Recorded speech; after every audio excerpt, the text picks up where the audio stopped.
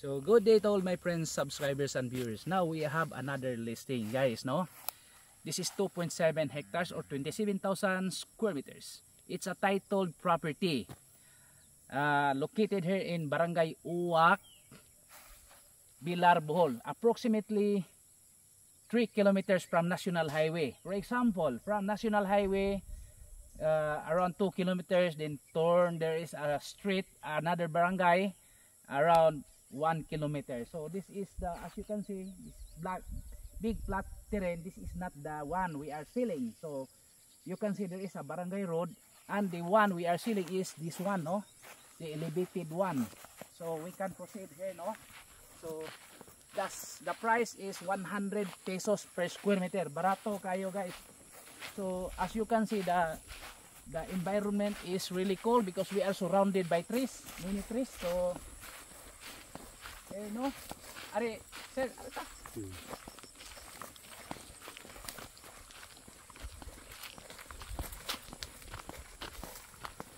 so we are came from Carmen, no. This place is close to Lobok River. As you remember, there is a Lobok River cruise. There are so many tourists. Then there is the Chocolate Hills.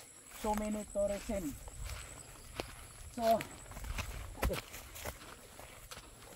So this is the property. Yep.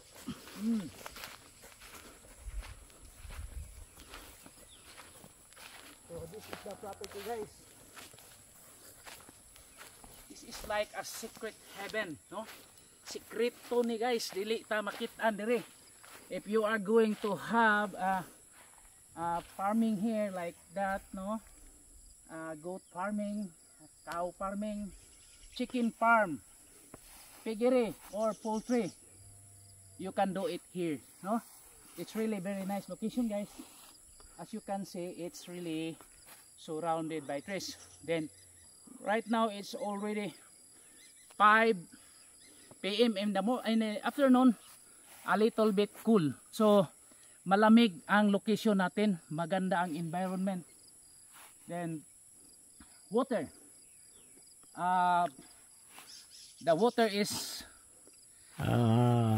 river. There is a river in the water. Okay.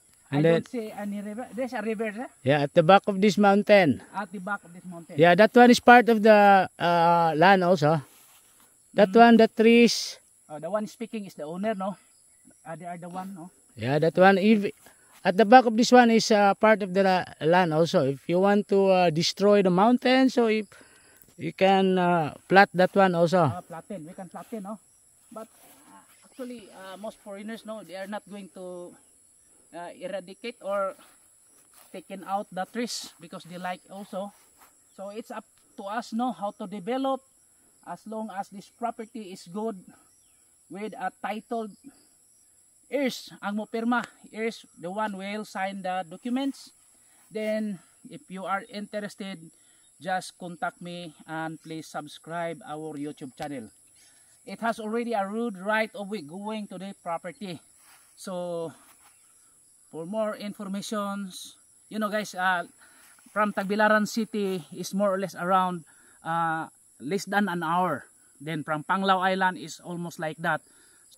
Mostly if you want to have what you call that, di ka gustong saba, you want to have a very quiet place, yeah, you can have a very good sleep here. Okay, then you can have your friends also want to have tours, you know, very close, from just few minutes away drive from the Chocolate Hills, Lobok River, Mirror of the World, Tarsier Sanctuary.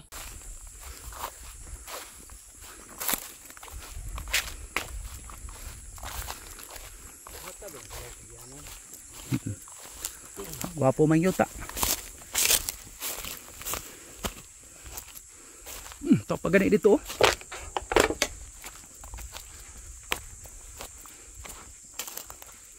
So continuation na ni, guys, ha. So very nice soil, oh. Nindot kayong soil, guys, oh.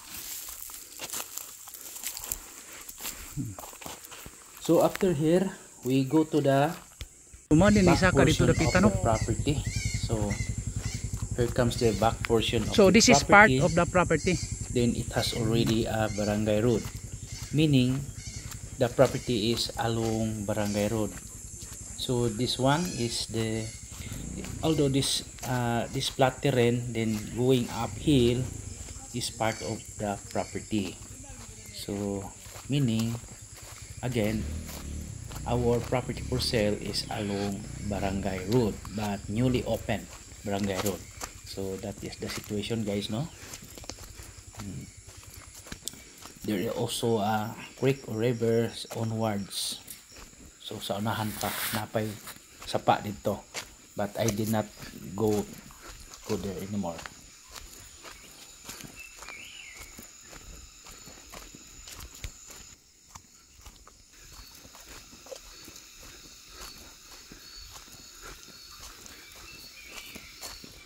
So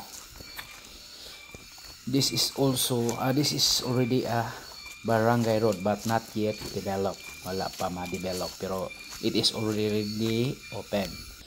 Then here comes the neighborhood, no? The neighbors. So there are already neighbors here, no? Since our property is like an interior, or it is in the interior part, but still has along the road.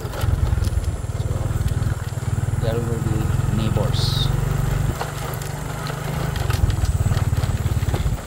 So water is available also, guys, no? It's already in the area, so we can just connect to the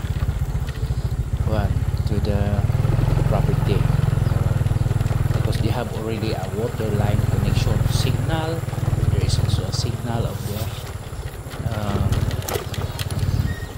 cell phone signal.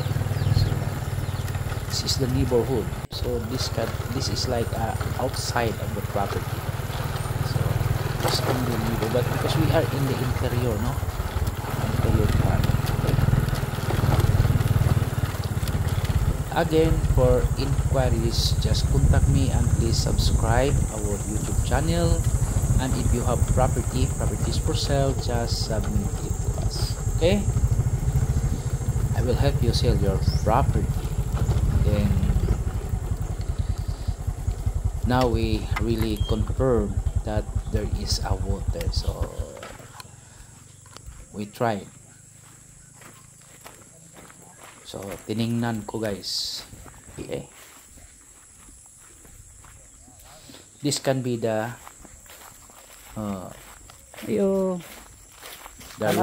going to the sa munisipyo ning tubiga, right? But there is really a road. Kini sa munisipyo ning tubiga. Saan sa man eh?